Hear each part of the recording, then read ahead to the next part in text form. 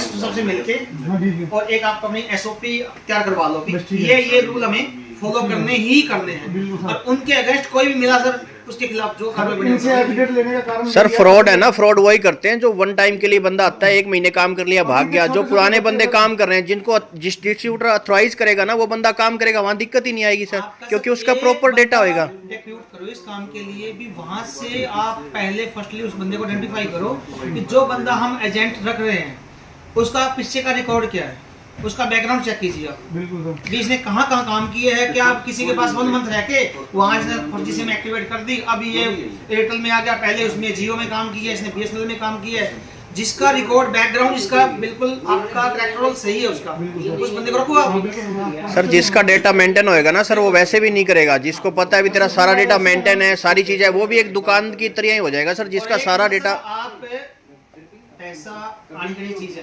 पैसे की कोई वैल्यू नहीं है, जिस दिन आप जेल में चले गए ना तो क्या पता इससे कई गुना लग जाएंगे। बिल्कुल सच्चे, बिल्कुल। आप किसी को सिम दे रहे हो सर, मोस्टली एक चीज उसको आप फर्स्टली उसको गाइड करो कि भाई साहब यदि आप ये सिम का इन फ्यूचर साइबर क्राइम वालों के साथ यूज कर रहे हो तो फर्स्टली पुलिस आपके खिलाफ एक्शन लेगी, ना कि उसके एक्शन लेगी। सर एक चीज, सिम ले जाके 5000 में का किसी को सेल कर दी ना तो आप फंसोगे, ना कि वो फंसेगा। फिंगर इनका लगता है, फोटो की होती है। कई बारी सर देखने में आता है कि कस्टमर खुद अपने नाम पे लेके किसी को सेल कर देता है। भी कस्टमर खुद अपने, जैसे अकाउंट की आप बात कर रहे थे, लोग अपने नाम पे अकाउंट खुलवा के और किसी को बेच देते हैं अकाउंट, वैसे ही ये सिम अपने नाम पे लेके दे देते हैं। उसके अंदर तो हमारे पास जो भी POS की जो मैंने पीछे वेरिफिकेशन किया ना, उसमें हमने टारगेट किसको किया है, विद इन 1 टाइम में 2 सिम एक्टिवेट किसने करी है, और एक ही टाइम से एक ही टाइम में एक ही बंदे ने कितने समय।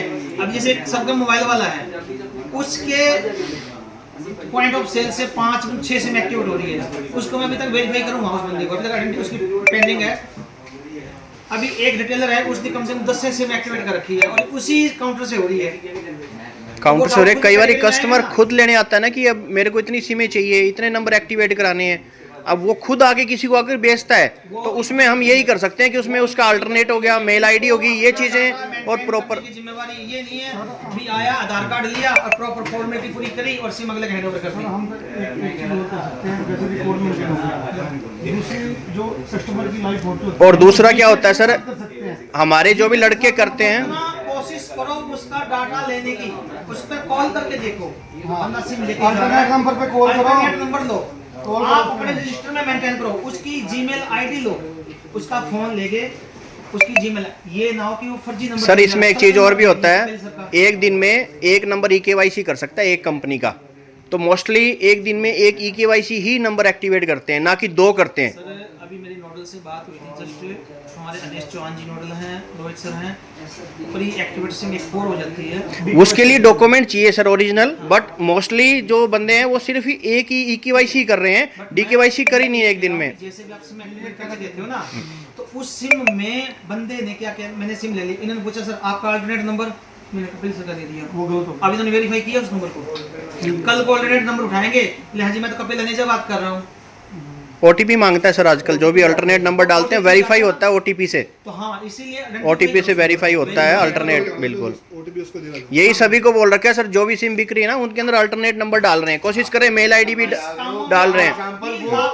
वो नंबर भी फर्जी है, OTP तो आपने ले लिया, वो सिम भी फर्जी है, चोरी का मोबाइल ले रखा उसने। अब सर यूं तो वही है ना कि यूं तो इस चीज तक तो कोशिश कर सकते हैं, प्रयास कर सकते हैं। अब किसी का ये सुनो जी, ये ना बचने का एक तरीका होता है। सबसे पहले तो शुरुआत कहाँ से होती है, मैं आपके सामने खड़ा हूँ और मेरा अगर ओरिजिनल आधार आपके सामने है ना, शुरुआत हम सर EKYC होता है, उससे मैंने बंदा खुद ही होएगा, मोस्टली EKYC से करते हैं, उसमें बंदे का फिंगर लगेगा, आंखें झपकेगी तो ही आएगा, क्योंकि किसी का फर्जी लेके आएगा तो भी नहीं आएगा, उससे ये होगा बंदा ओरिजिनल है। फोन चोरी कर लिया, किसी की सिम चोरी करके लिया, ये फोन है मेरा, ठीक है ना फोन, इसका पैटर्न किसी को भी नहीं पता है, पता आपको पैटर्न इसका, OTP ले सकते हो इससे? नहीं ले सकते ना, अब मुझे एक सिम लेके आनी है, डिस्प्ले के ऊपर, मैं आपको तरीका बता देता हूँ। अभी OTP लेना है इससे, मुझे एक सिम, अभी आप यहाँ कनोपी लगा के बैठे हो बाहर, और मुझे एक सिम अर्जेंट में चाहिए, मुझे पता है वो अल्टरनेट नंबर 101% मांगेंगे, तो मैं क्या करूँगा, मैंने धीरे से फ़ोन से सिम निकाली और सिम मैंने किसी अदर फ़ोन में डाली। कोई भी मेरे पास चोरी का फ़ोन है, कीपैड फ़ोन है, उसमें सिम डाली, आपके पास चला गया, भाई सर एक सिम दे दो। सिम का OTP आया, अल्टरनेट नंबर मैंने लिखा दिया, वो ये नंबर है सर, ये पकड़ो। सर सिम तो उसके नाम पे एक्टिवेट हो रहा है ना, बंदा तो खुद जो जा रहा है उसके नाम पे एक्टिवेट हो रहा है ना, अल्टरनेट नंबर तो उसने फर्जी दे दिया, अल्टरनेट नंबर फर्जी दे दिया उसने। बट आईडी तो फर्जी पे एक्टिवेट नहीं होगा ना सर। AKYC में खुद बंदा होगा तो ही एक्टिवेट होएगा सर। सर आप, मैं अल्टरनेट नंबर की बात कर रही हूँ, उसके नंबर पे OTP भी जाता है, तो OTP सर आप कोशिश ये करो कि उसकी ओरिजिनिटी चेक करने की, भी आपको बंदा लग रहा है चटक फर्जी, तो आप उसकी कहते से हम नहीं कर सकते एक्टिवेट। कुल मिला के सावधानी, कुल मिला के आप पैसा चाहे 1 रुपया कम कमा लो, लेकिन काम करो ओरिजिनल।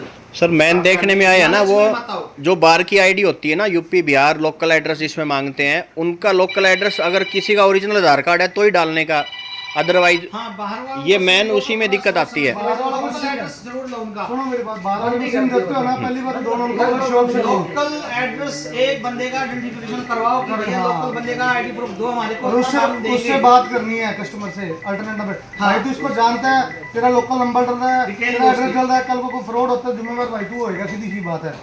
इतना अपना सेफ होके चलोगे तो भाई सभी सुखी रहेंगे, अपन भी सुखी रहेंगे। हमारे को क्या दिक्कत है, अभी हमारे पास तो कल ना फिर सिम आएंगी 50-100 सिम आएंगी पॉइंट ऑफ सेल वाली, कह देंगे ऊपर से DGP की तरफ से हेडक्वार्टर से ऑर्डर होते हैं। ये Sirsa police cyber crime police ने इन पे क्या कार्रवाई करी, पिछले मैंने 32 सिमों की डिटेल बना के दी थी, सिरसा पुलिस के जो नंबर थे हमारे, हम IOs को नंबर डिवाइड हो जाते हैं, ये इतने नंबर को वेरीफाई करो, ये नंबर कहाँ से एक्टिवेट हुए हैं, अनेजा के मोबाइल से हुए हैं, अनेजा से पूछो जाके, उसमें डिस्ट्रीब्यूटर का नाम आता है POS वाले का, वो तो आई है अनेजा मोबाइल, कपिल मोबाइल, सबका डिस्ट्रीब्यूटर का नाम आता है। सर के एक पास मैं गया भी था, कौन से के पास गया था, तुम्हारे डिस्ट्रीब्यूटर के पास, सरगम वाले के पास जाके आया हूँ मैं, इसने भी एक्टिवेट कर रखी है। वो सिमें कहाँ यूज हो रही है, कंबोडिया में, सिर्फ ओनली WhatsApp यूज हो रहा है उनका। अब वो दी किसने है, कस्टमर ने खुद दी है। तो इसलिए आपसे यही रिक्वेस्ट है मेरी तो, कि आप प्लीज जब सिम देते हो तो फर्स्ट वो आप अपना एक कनोपी अलग से तैयार कीजिए, अच्छे बड़े वाली, उसमें कोई ऐसा कैमरा हिडन कैमरा लगवाइए, कुछ भी करिए, और उसमें प्रॉपर अपना एड्रेस रजिस्टर लगाइए, उसमें मेंटेन कीजिए, उसका आधार नंबर, उसका रेजिडेंस, अल्टरनेट नंबर, और जितने भी उसका आईडी प्रूफ ले सकते हो, सारा आईडी कार्ड बने ना अपने ऑफिस से, और अपना आईडी कार्ड बनवाओ, एक बार आपके डिस्ट्रीब्यूटर मिल लेंगे सारे मिलके, उसके बाद जो वो आपको आदेश देंगे उसके अकॉर्डिंग आप फिर ओके? ये हम दिवाली तक टाइम दो, दिवाली को कोई बात नहीं, दिवाली के बाद आप कर लेना, हम वो कोई इशू नहीं, मंडे निकाल लेंगे हम सर के, कोई दिक्कत नहीं है, ठीक है सर, ओके सर। जी सर। अच्छा